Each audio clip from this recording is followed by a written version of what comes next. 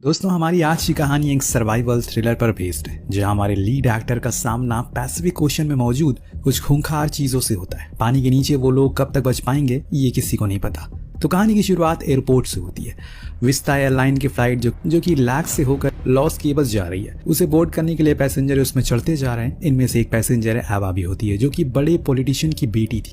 एवा अपने दोस्त काइल और बॉयफ्रेंड जेट के साथ लॉस केबल्स घूमने के लिए जा रही है। अब यहाँ एवा के साथ उसका बॉयफ्रेंड ब्रैंडन भी मौजूद है, जिसे देखकर जेट थोड़ा ऑफेंड हो जाता है क्योंकि वो लोग एक वेकेशन पर जा रहे हैं। असल में एवा के डैड को उसकी काफी चिंता रहती है, इसी वजह से वो उसे कभी भी अकेले जाने नहीं देते। हालांकि उसे खुद को भी ब्रैंडन के साथ रहना पसंद था क्योंकि वो बचपन से उसके साथ ही रही है। अब जब फ्लाइट बोर्ड करने की बारी आती है तो एवा ब्रैंडन को आगे बिठाकर खुद जेड और काइल के साथ पीछे बैठने चली जाती है। उसी फ्लाइट में रोजा नाम की भी एक छोटी लड़की मौजूद थी जो अपने ग्रैंड पेरेंट्स के साथ ट्रैवल कर रही थी। अब रास्ते में रोजा का टेडी गिर जाता है जिसे एवा ढूंढ कर देती है और इस तरह से उनमें एक प्यारा बॉन्ड बन जाता है। खैर, फ्लाइट स्टार्ट होती है और फ्लाइट अटेंडेंट डैनिलो सभी को रेस्क्यू इंस्ट्रक्शन देने लगती है क्योंकि ये उसका जॉब था। वहीं ये सब देखकर काइली उसका काफ़ी मजाक बनाता है। अब यहाँ पता नहीं क्यों एवा को स्टार्टिंग से ही अच्छी फीलिंग नहीं आ रही है। खैर, कुछ ही देर में उनका प्लेन पैसिफिक ओशन के ऊपर फ्लाई करने लगता है। तभी अचानक प्लेन में कुछ वाइब्रेशन होती है जिससे सभी पैसेंजर थोड़ा घबरा जाते हैं। तभी उन्हें बताया जाता है कि प्लेन में कुछ चिड़ियों का झुंड टकरा गया है, तो कोई पैनिक ना करे। इन सब से कुछ देर बाद रोज देखती है कि प्लेन का इंजन धीरे धीरे आग पकड़ रहा है और देखते ही देखते प्लेन में पूरी वाइब्रेशन होना स्टार्ट हो जाती है। तभी अचानक मेटल का एक पीस बाहर से आता है जिससे प्लेन का एक पार्ट टूट जाता है और तेज हवा अंदर आने लगती है। इस होल की वजह से उसमें कुछ पैसेंजर उड़कर बाहर चले जाते हैं। इसके बाद पूरा प्लेन पैसिफिक ओशन के ऊपर गिर जाता है और कुछ ही देर में समुद्र की गहराइयों में जाने लगता है। ये सब देखकर एवा के तो होश उड़ जाते हैं। अब प्लेन में आगे के साइड से पानी भरने लगता है और पैसेंजर डूबने लगते हैं। कुछ गहराई में जाने के बाद प्लेन के एक स्टेबल प्लेटफॉर्म पर आकर रुकता है। उस वक्त पीछे बस एवा, काइल, जेड और फ्लाइट अटेंडेंट डैनिलो ही बचे होते हैं। उन्हें लगता है कि आगे बैठे सभी लोग मारे जा चुके हैं, पर तभी अचानक रोजा सामने से बाहर आती है और उसके पीछे उसकी ग्रैंडमा को लिए ब्रैंडम भी आता है। ग्रैंडमा को डैनिलो तुरंत सीपीआर देना शुरू करता है क्योंकि उनकी बॉडी में पानी भर गया था। अब कुछ टाइम तक जब वो होश में नहीं आती तो सभी को लगता है कि शायद वो मर चुकी है, पर तभी अचानक वो सांस लेने लगती हैं और वो होश में आ जाती है। वो उठते ही अपने हस्बैंड के बारे में पूछती हैं, पर वो तो दोस्तों मर चुके हैं। तभी ब्रैंडन डैनिलो को फ्लाइट में मौजूद ऑक्सीजन सिलेंडर लाने के लिए कहता है, पर वो सिलेंडर खाली होते हैं और ये सब देखकर डैनिलो को अपनी स्टाफ पर बहुत गुस्सा आता है, पर वो क्या ही कर सकते हैं। तभी जेट कहता है कि उसने आगे बैठे एक पैसेंजर के हाथ में ऑक्सीजन सिलेंडर देखा था।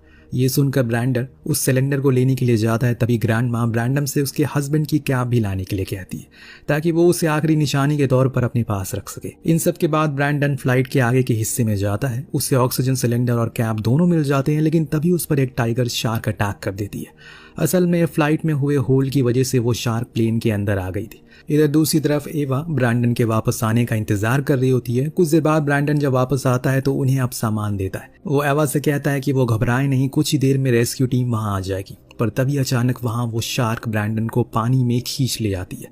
ये सब देखकर बाकी के लोगों की सांसें रुकी की रुकी रह जाती है। उन्हें समझ नहीं आता कि अभी अभी अचानक से क्या हुआ। इधर पानी के ऊपर रेस्क्यू टीम चॉपर से आकर प्लेन के पैसेंजर को ढूंढने लगी, पर उन्हें कुछ भी दिखाई नहीं देता क्योंकि पूरा का पूरा प्लेन तो समुद्र के अंदर डूब चुका है। वहीं प्लेन में ग्रैंड माँ, जो कि एक नर्स थी, काइल के टूटे हुए हाथ की पट्टी करती हैं क्योंकि उसमें से काफी खून निकल रहा था। और तभी अचानक से फिर से उन्हें प्लेन में वाइब्रेशन फील होती है। इस बात से सभी और ज्यादा डरने लगते हैं। तभी एवा कहती है कि उसे ब्रैंडन की बात पर विश्वास है। रेस्क्यू टीम आती होगी इसीलिए उन्हें इंतजार करना चाहिए। अब यहाँ वो प्लेन असल में एक अंडर वाटर रॉक बेस पर खड़ा हुआ था।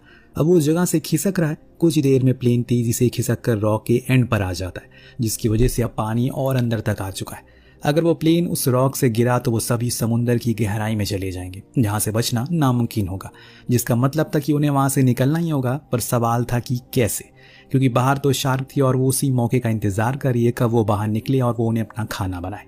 अब यहाँ आना सभी से कहती है कि उन्हें किसी तरह उन शार्क्स का ध्यान भटकाना होगा। उससे भी पहले उन्हें सभी के लिए कुछ स्कूबा सूट ढूंढने होंगे ताकि वो लोग यहाँ से निकल सके। सभी को लग रहा है कि वो वहां से नहीं निकल पाएंगे।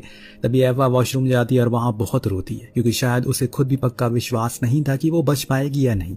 किसी तरह से उसे बाकी लोगों को इस बात पर यकीन दिलाना होगा कि वो सब बच जाएंगे, क्योंकि अगर उसने ऐसा नहीं किया तो सभी अपनी हिम्मत हार देंगे और यहीं मारे जाएंगे।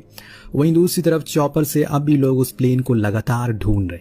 तभी अचानक उन्हें प्लेन के कुछ पार्ट पानी के ऊपर दिखाई देते हैं, जिससे उन्हें आइडिया हो जाता है कि शायद वो प्लेन पूरी तरह से डूब चुका है। इस वजह से वो उस एरिया का इंस्पेक्शन करने के लिए 2 डाइवर्स को नीचे भेजते और कुछ ही देर में उन डाइवर्स को प्लेन दिख भी जाता है और उसी वक्त उन डाइवर्स को दूर से आते ही हुए रोजा देख लेती है और उन्हें देखकर सभी खुश हो जाते हैं। प्लेन विंडो की मदद से डाइवर उन्हें एश्योर करता है कि वो लोग उन्हें बचा लेंगे, लेकिन तभी पैसेंजर देखते हैं कि डाइवर के पीछे शार्क है। वो उस इशारे में खतरे के बारे में बताने की कोशिश भी करते हैं, लेकिन तब तक वो शार्क उसे मार डालती है। वहीं दूसरे डाइवर जो कि प्लेन के होल के पास आ गया था, उसे भी शार्क मार कर खा जाती है। ये सब देखकर उन लोगों की उम्मीद और भी ज्यादा कम हो जाती है। अब इसके बाद एवा और जेड प्लेन में डाइवर्स का सामान देखने की कोशिश करने लगते हैं। तभी अचानक जेड पानी में गिर जाता है। पहले तो वो बाहर ना आने की एक्टिंग करता है, जिससे सभी थोड़ा घबरा जाते हैं, पर जैसे ही वो बाहर आने की कोशिश करता है, एक शार्क उस पर अटैक कर देती है और सभी लोग उसे बचाकर पानी से बाहर ले आते हैं। पर शार्क तब तक उसका एक पैर ले जा चुकी थी। उसके जख्मी पैर से बहुत खून निकल रहा था, जिससे ग्रैंड माँ तुरंत बैंडेज करने की कोशिश करती है। अब पैर के उखड़ जाने की वजह से जेड की बॉडी काफी ज्यादा ब्लड लॉस हो जाता है और अब वो शॉक में भी जा चुका था। एवा उसे समझाने की कोशिश करती है कि उसे कुछ नहीं होगा और वो लोग उसे बचा लेंगे, लेकिन तभी डैनिलो कहता है कि लगेज एरिया में कुछ डाइविंग जैकेट थे और उसका एक हैच उसी एयर पॉकेट में था जहां वो सब फंसे हुए थे। अब ये सुनकर एवा एक रेड टॉर्च लेकर उस सामान को ढूंढने के लिए निकल जाती है। तभी अचानक टॉर्च की लाइट दिखना बंद हो जाती है, जिससे सभी को लगता है कि शायद एवा भी नहीं बची।